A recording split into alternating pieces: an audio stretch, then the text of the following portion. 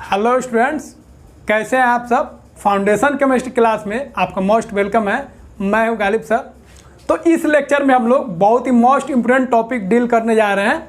Atomic mass क्या होता है और उसको हम लोग कैसे कैलकुलेट करेंगे, वो चीज़ हम लोग सीखेंगे।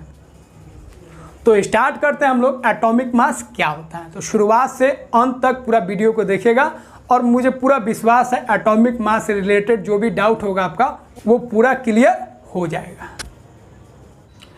तो स्टार्ट करते हैं हम लोग। एटॉमिक मास क्या होता है। तो एटॉमिक मास का मतलब होता है mass of an atom is called its atomic mass.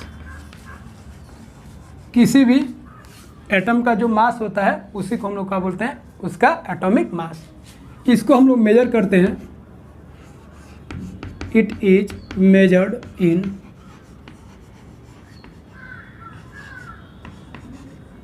MU और ग्राम। या तो एटम का जो मास है उसको एमयू में मेजर करते हैं या कभी कभी उसको हम लोग किस में मेजर करते हैं, ग्राम में। तो एक चीज़ ध्यान रखिएगा, कार्बन का 3 आइसोटॉप्स होता है, C12, C13 और एक होता है C14। Mass of one C12 atom. Carbon 12 का एक एटम का मास लेंगे और उसमें हम लोग डिवाइड करेंगे किससे, 12 से। उसी को हम लोग क्या बोलेंगे, 1 mu। तो 1 mu का आपको डिफिनेशन का ध्यान रखना है। कार्बन 12 का एक एटम का मास लेंगे और उसमें हम लोग 12 से डिवाइड कर देंगे, वो जो मास आएगा उसी को हम लोग क्या बोलते हैं, 1 mu। अब आपको ध्यान रखना है जो mu जो होता है, ये जो होता है ये एक्चुअल मास नहीं होता है, ये रिलेटिव मास होता है। कौन मास होता है, रिलेटिव मास।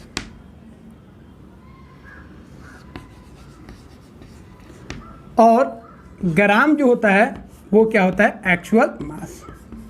इसको आपको एग्जांपल से हम समझाएंगे। तो 1 mu का मतलब समझ गए। इसी को लिख दिया जाता है 1/12 मास ऑफ 1 C12 एटम। इसी को आप इस तरीके से भी लिख सकते हैं।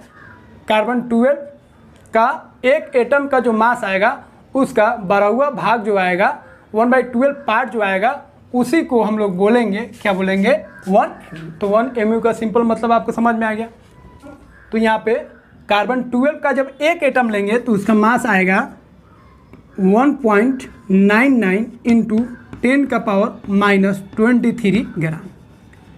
और कार्बन 12 का एक एटम का जो मास है उसमें अगर हम 12 से डिवाइड करेंगे तो उसी को हम लोग क्या बोलते हैं, 1 mu। तो 1 mu इक्वल टू आ जाएगा, जब इसमें डिवाइड करेंगे तो वो आएगा 1.67 इंटू 10⁻⁻24 ग्राम। अब ये जो वैल्यू आया अप्रोक्स में आया, तो 1 mu का मतलब हो जाएगा 1.67 इंटू 10⁻⁻24 ग्राम। इस चीज़ को आप ध्यान रखेंगे। तो फिर से रिपीट करते हैं, 1 mu का मतलब क्या होता है। कार्बन 12 के एक एटम का मास लेंगे और उसमें हम लोग 12 से 12 से जब डिवाइड करेंगे तो वो जो मास आएगा उसको हम लोग एज्यूम कर लेते हैं, मान लेते हैं, क्या मान लेते हैं, 1 mu। कार्बन 12 का मास कैसे निकाले, तो आप आराम से निकाल सकते हैं। तो कार्बन 12 जो है उसमें 6 प्रोटॉन होगा और 6 क्या होगा, न्यूट्रॉन। और प्रोटॉन और न्यूट्रॉन का मास जो होता है नियरली सेम होता है। तो यहाँ पे 6 इसका कितना हो जाएगा, 12 यूनिट। तो 12 प्रोटॉन कर दीजिए या 12 न्यूट्रॉन कर दीजिए, तो 12। और प्रोटॉन का मास हम लोग जानते हैं 1.67 इंटू 10⁻⁻24 ग्राम। अब इसको सॉल्व करेंगे तो कितना आ जाएगा, 1.99 इंटू 10⁻⁻23 ग्राम। तो अब आपको समझ में आ गया एक mu का मतलब क्या होता है। अब देखिए mu हम लोग डिफाइन क्यों करते हैं। तो शुरुआत में हमारे पास कोई ऐसा डिवाइस नहीं था जिससे हम लोग एक एटम का मास को मेजर कर सकें, क्योंकि एटम जो होता है बहुत ही छोटा होता है और उसका मास भी बहुत कम होता है। इसीलिए उसके मास को मेजर करना हमारे लिए एक डिफ़िकल्ट टास्क है। तो पहले कोई डिवाइस भी अवेलेबल नहीं था, तो साइंटिस्ट ने क्या किया, एक कार्बन का मास निकाल लिया और एक कार्बन का मास निकालने के बाद बाकी जो भी एलिमेंट्स था उसका एटॉमिक मास को कार्बन के रेस्पेक्ट में निकाला गया और इस तरीके से सभी एलिमेंट्स का मास हम लोग निकाले। तो इस तरीके से कार्बन 12 का एक एटम लेंगे तो उसका म्यू में अगर बात करेंगे तो कितना मास आ जाएगा, 12 AMU इक्वल टू हो जाएगा मास ऑफ 1C12 एटम। तो एक कार्बन एटम का अगर मास लेंगे तो उसका मास कितना आ जाएगा, 12 MU। अब ये जो मास आया कार्बन का उसको हम लोग क्या बोलते हैं, रिलेटिव मास, क्योंकि ये हम लोग मान के निकाले, एज्यूम किए, इसीलिए इस मास को हम लोग क्या बोलेंगे, रिलेटिव मास। अब एक MU का मतलब आप समझ गए। अब एक MU हम लोग डिफाइन क्यों किए, हम लोग ग्राम में क्यों नहीं लाए, हम लोग मास को, एटॉमिक मास को हम लोग ग्राम में क्यों नहीं मेजर करते हैं, हम लोग MU में मेजर क्यों करते हैं। तो इसका आंसर ये है, दो चीज़ को आपको समझना पड़ेगा। एक, अगर हम लोग ग्राम में अगर मेजर करेंगे तो उसको याद रखना और उसको बार बार कैलकुलेशन में यूज करना हमारे लिए कन्वीनियंट नहीं है। टोटल अगर एटम्स देखिएगा तो 118 आएगा, फिर इसीलिए उसको ग्राम में यूज करना हमारे लिए कन्वीनियंट नहीं है। ये एक प्रॉब्लम है। दूसरा सबसे मेन प्रॉब्लम था, शुरुआत में हमारे पास कोई ऐसा डिवाइस नहीं था जिससे हम लोग किसी एक एटम्स का मास को हम लोग मेजर कर सकें। आज तो हमारे पास डिवाइस है जिससे हम लोग किसी भी एटम्स के मास को हम लोग मेजर कर सकते हैं, जिसको हम लोग बोलते हैं स्पेक्ट्रोमीटर। लेकिन पहले वैसा नहीं था, क्योंकि एटम जो होता है बहुत बहुत छोटा होता है और उसका मास जो होता है बहुत बहुत कम होता है। तो पहले एक डिफ़िकल्ट टास्क होता था एटम्स के मास को निकालना। तो साइंटिस्ट लोगों ने क्या किया, एक कार्बन का एटम जो है उसको निकाला और उसको एज्यूम कर लिया जो कार्बन 12 का एक एटम का जो मास होगा उसका जो 12वां भाग होगा, मतलब 12 से डिवाइड करेंगे, वो जो आएगा उसको हम लोग बोलेंगे 1 MU। और बाकी का जो मास है उसी के रिलेटिव हम लोग निकालेंगे। एक चीज़ का और ध्यान रखेंगे, अभी जो हम लोग स्टैंडर्ड एटम लिए हैं एटॉमिक मास को डिफाइन करने के लिए, MU को डिफाइन करने के लिए, वो किसको लिए, C12 को। लेकिन उससे पहले हम लोग जो स्टैंडर्ड लिए थे किसको लिए थे, हाइड्रोजन को। फिर हम लोग स्टैंडर्ड बनाए किसको, ऑक्सीजन को। और अब जो हम लोग स्टैंडर्ड बनाए हैं वो किसको बनाए, C12। पहले जो हम लोग स्टैंडर्ड लेते थे हाइड्रोजन का, और हाइड्रोजन का जो मास था उसको 1 यूनिट मान के चलते थे और अदर एटम्स को देखते थे जो हाइड्रोजन से वो कितना टाइम्स भारी है। लेकिन बाद में हाइड्रोजन को हटा दिया गया क्योंकि हाइड्रोजन जो था वो फ्लेमेबल था, और जो भी अदर एटम्स का हम लोग मास निकालते थे हाइड्रोजन के रेस्पेक्ट में, वो इंटीजर में नहीं आता था, वो ज़्यादातर फ्रैक्शन में आता था, इसीलिए हाइड्रोजन को हटा दिए। फिर क्या लाए, ऑक्सीजन। अब यहाँ पे ऑब्जेक्टिव पूछता है जो ऑक्सीजन को हम लोग स्टैंडर्ड क्यों बनाए थे। तो ऑक्सीजन को स्टैंडर्ड हम लोग इसलिए बनाए थे क्योंकि ऑक्सीजन जो है बहुत सारे अदर एलिमेंट्स के साथ रिएक्ट करके बहुत सारे कंपाउंड्स का फॉर्मेशन करता है। सेकेंड चीज़, जब ऑक्सीजन को हम लोग स्टैंडर्ड एटम लिए तो अदर एलिमेंट्स का जो एटॉमिक मास था इसके रेस्पेक्ट में वो सभी किस में आ रहा था, इंटीजर में आ रहा था, और कुछ ही फ्रैक्शन में आ रहा था। इसीलिए हम लोग ऑक्सीजन को स्टैंडर्ड बनाए। लेकिन ऑक्सीजन से भी बेस्ट मिल गया क्या, कार्बन 12।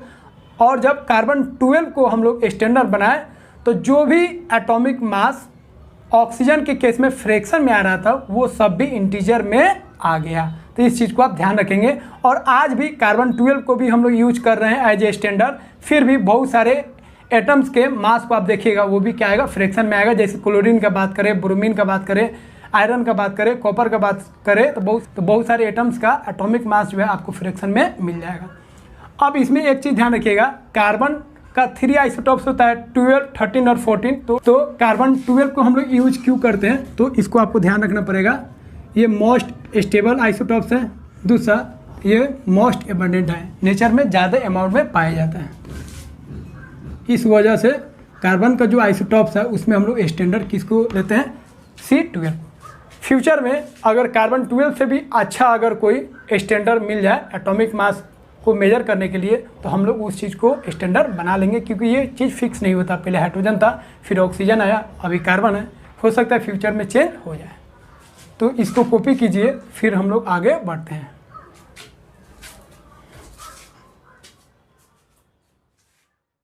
तो एटॉमिक मास से रिलेटेड कुछ इम्पोर्टेंट बात का हम लोग ध्यान रखेंगे।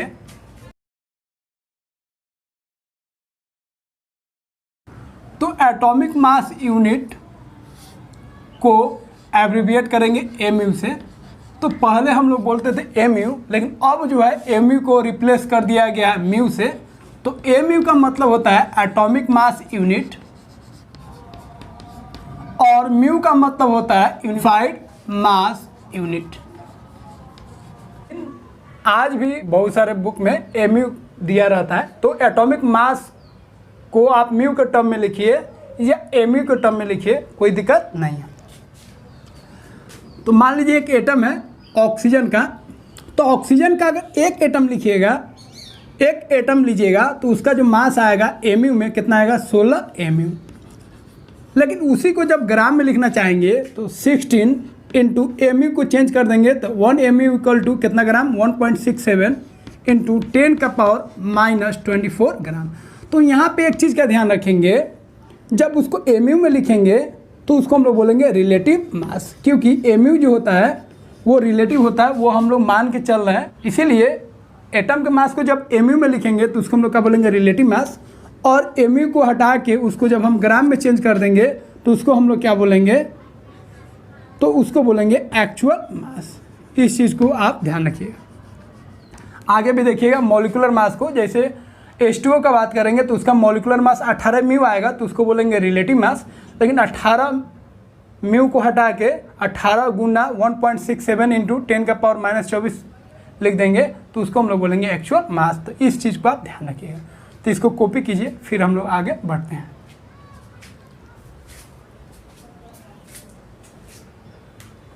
तो एमयू क्या है वो हम लोग सीख गए, एटॉमिक मास क्या होता है वो हम लोग सीख गए। अब किसी एटम्स का अगर मास को हम लोग एमयू में लिखते हैं तो उसका क्या मतलब होता है।